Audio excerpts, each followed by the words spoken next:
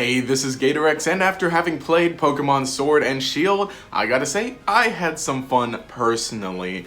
Today, I'm going to be going over my team that I used in Pokemon Sword and Shield. Now, my team did adjust quite a bit. It did fluctuate here and there. I had Pokemon, here and there who came on for a bit, and I had to drop them. I'm going to be going over my final team that I defeated the champion with. However, it's not exactly the best team. I just kind of tried to use cool things, and unfortunately that hurt me early on because I had some typing repeats, but this one was relatively solid. Now, first off, I did choose Sobble, so I ended up with an Inteleon. As you may know from my video earlier this week, we talked about Inteleon, and Inteleon's pretty neat. It's a lot like Greninja, except no dark typing, more frail, and a worse move pool. Actually, that's nothing like Greninja, but point is, it got the job done. Fast, high special attack, it was able to dish out some hits. However, like I said, the coverage wasn't really amazing, and especially early on, because the first gym being grass type, and even though it took a while to get to the first gym, so I was able to catch some things, I didn't exactly catch anything too soon, so I had to just really quickly catch a Galarian Meowth to take down the grass gym. However, Inteleon was pretty useful later on because eventually I was able to get a TR for Ice Beam, so that was useful. However, of course, like I said, I didn't get that until after the grass gym. Overall, Inteleon was really neat, really cool to use. I think if I'm going to be going in like a hard recommendation for a starter type, probably Cinderace might be a better choice. But it's real interesting because the first three gyms are grass, water, and then fire. Speaking of which, right after I beat the grass gym, well actually not speaking of which, but right after I beat the grass gym, I got the Absolute Chad Sirfetch'd. Now, right outside of where the grass gym is, there's a bunch of Pokemon, obviously, and one of them is the Galarian Farfetch'd.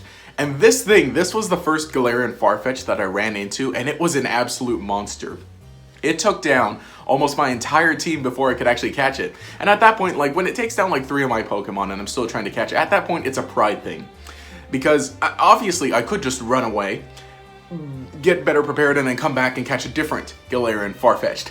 But this thing was a monster. And the thing is, all Farfetch'd, basically, they come with the stick item, and the stick item raises their critical hit ratio.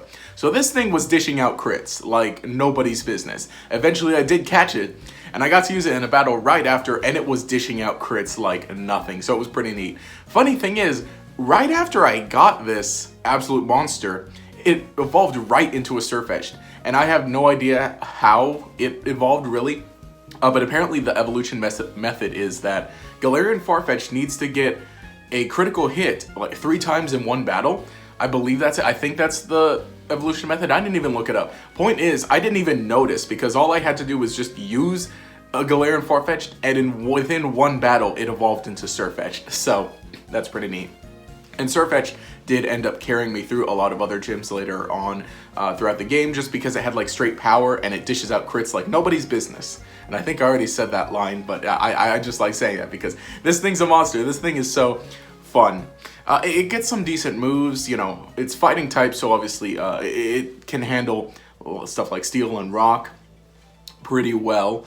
As well as normal and dark, so Sirfetch'd was good, and it ended up getting some good moves. And by the end, when I challenged the champion, it had pretty good move set overall. Next up is Centiskorch. Now Centiskorch, I actually caught a little earlier and didn't end up using till later because later on I realized, hey, I have a gap in my team and I could use a fire type. Through my playthrough, I wanted to just try and use only new Pokemon. Otherwise, like if I wanted reliability, I would have just caught a Gyarados early on, because I tend to use Gyarados in a lot of playthroughs just because it's really solid. Now, Centiskorch, by the way, was a fire type, fire and bug type, so it was pretty useful in starting to round out my team later on and starting to just get some good moves. Actually, it was the previously evolved form. The funny thing is, apparently, this Pokemon is rare or difficult to catch, but I'll let you in on the secret if you haven't played the game, or if you know, you're just straight up practically given one for free in the Fire Gym, because the Fire Gym has you catching Pokemon, and one of them is this thing, or at least a pre-evolved form. So I got one of those for free without having to search for one for too long. But Poinsettia Scorch is pretty useful. Got some interesting moves like Fire Lash, gets Leech Life, which I love Leech Life. If you don't know, for whatever reason, in Generation 7, Leech Life was actually buffed by base power, because, you know, before it was like, oh yeah, stupid Zubat's using Leech Life. No, now it's an actual force to be reckoned with, anything that knows Leech Life. It also had Coil, which was pretty interesting. I got to use that a few times to set up on some battles, but overall it just was a good way to round out the team. After that is Runerigus.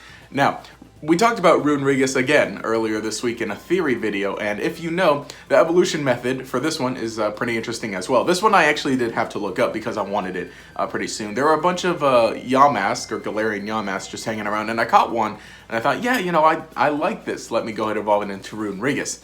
It didn't take too long, honestly, to evolve it, because thankfully I just decided to Google it.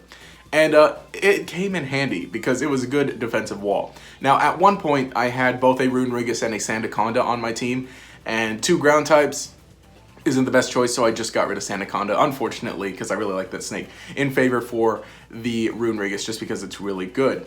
Along the way, I did end up finding a Rocky Helmet, so I just slapped it on the Runerigus, and it's like, alright, cool, he can eat physical hits and do a bit of damage. And then again, you know, it gets access to Will-O-Wisp. It's a physical attacker. It's more physical based rather than like special based. It's an interesting take on Cofagrigus. But again, you know, technically a different Pokemon, which, by the way, if you want to watch the theory video, go ahead and check that out. But Runerigus came in handy, again, you know, just rounding things out. Unfortunately, though, like, Ground is a relatively solid typing, but unfortunately that does make you weak to, you know, grass and water. So sometimes that came into play, and sometimes it took a little more damage than I would have liked to, mostly from like a special hit, just because like it's a good defensive wall, but and kind of overall wall has some respectable HP, but it came in handy. It was really neat, and I just love this Pokemon, and especially with the lore and everything, which, by the way, check out that theory video. Next Pokemon is Hatterene. I didn't really... Okay, so I caught its first form relatively early, or I think, you know, right after I got my Yamask, right? Around the Fairy Town or whatever, right?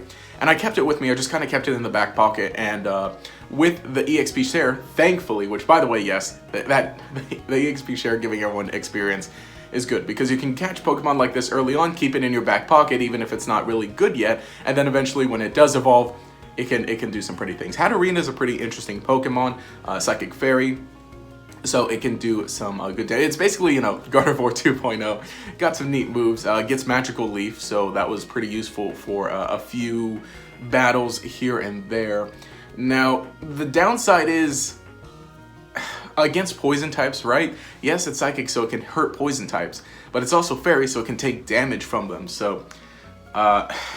overall, I probably should have used some other Pokemon. Maybe, I mean, it was fine, but currently in the post game where I'm running around doing errands, catching Pokemon, I leave it there. Normally, I just kind of keep Inteleon for the damage and Inteleon and Farfetch for damage. Again, this is all in post game stuff, but as far as for battling the champion, it was just great. It did its job. And especially, you know, with the last gym leader being Dragon type, it was able to Dazzling Gleam and do some good damage on them. But overall, Hatterene's cool. I really like it. It's a really cute Pokemon, cute out of 10. And now for the last Pokemon, Toxtricity, which, by the way, I didn't even mention. I got my Switch here to go through my team. But point is Toxtricity. Toxtricity, again, was a bit of a late addition to the team. I did catch a Toxel a little later on, and again, it's one of those Pokemon where I just put in the back of my team, started gaining some experience, and eventually it was pretty useful. Again, just kind of rounding things out, being a good Poison typing, being good Electric typing. I don't have as much memories, I guess, with Toxtricity, just because, like I said, it was the last Pokemon to be added to my team.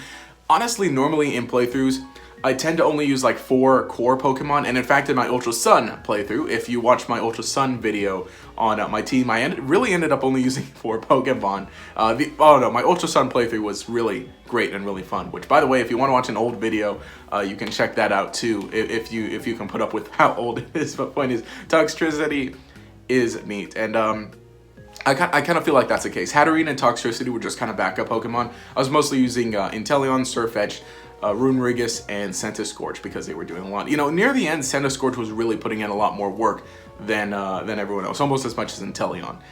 Just because, you know, starter Pokemon tend to be your best ones going on. But point is, Toxtricity, good Pokemon, you know, decent. Pick one up if you can. I don't have much more to say about it. But anyway, that has been my team for Pokemon Sword and Shield and a few of the memories behind them. Overall, let me know what you think. What was your team playing through Pokemon Sword or Pokemon Shield? Obviously, if you were playing Pokemon Shield, you had some different Pokemon. As I know, Sirfetch'd is a Sword exclusive. Everything else wasn't exclusive. Yeah, just in Sirfetch'd was a Sword exclusive. So, if you played Shield, did you use Galarian Ponyta? Did you use Ice-Skew? Did you use... who else is a Shield exclusive? I don't know. Did you pick up the Gigantamax Pikachu or Eevee early on? Currently, I'm resetting for that to get a good nature. Long story, that went terribly. But anyway, again, leave your team in the comments below. Did you share any Pokemon with me, as in, like, you know, Pokemon that you use? Which starter did you pick? That's a real interesting one to see which starter was the most popular. Leave that in the comments below. We'll continue the discussion down there. If you enjoyed the content, remember to leave a like and subscribe to show your support. You can enable notifications by clicking the bell icon next to the subscribe button. This will make sure you see each new video as it comes out. And I'm sorry, but poor Chingling is not in the Galar region, so I don't think we can be Chingling squad up in here. But anyway, this has been GatorX. Have a nice day.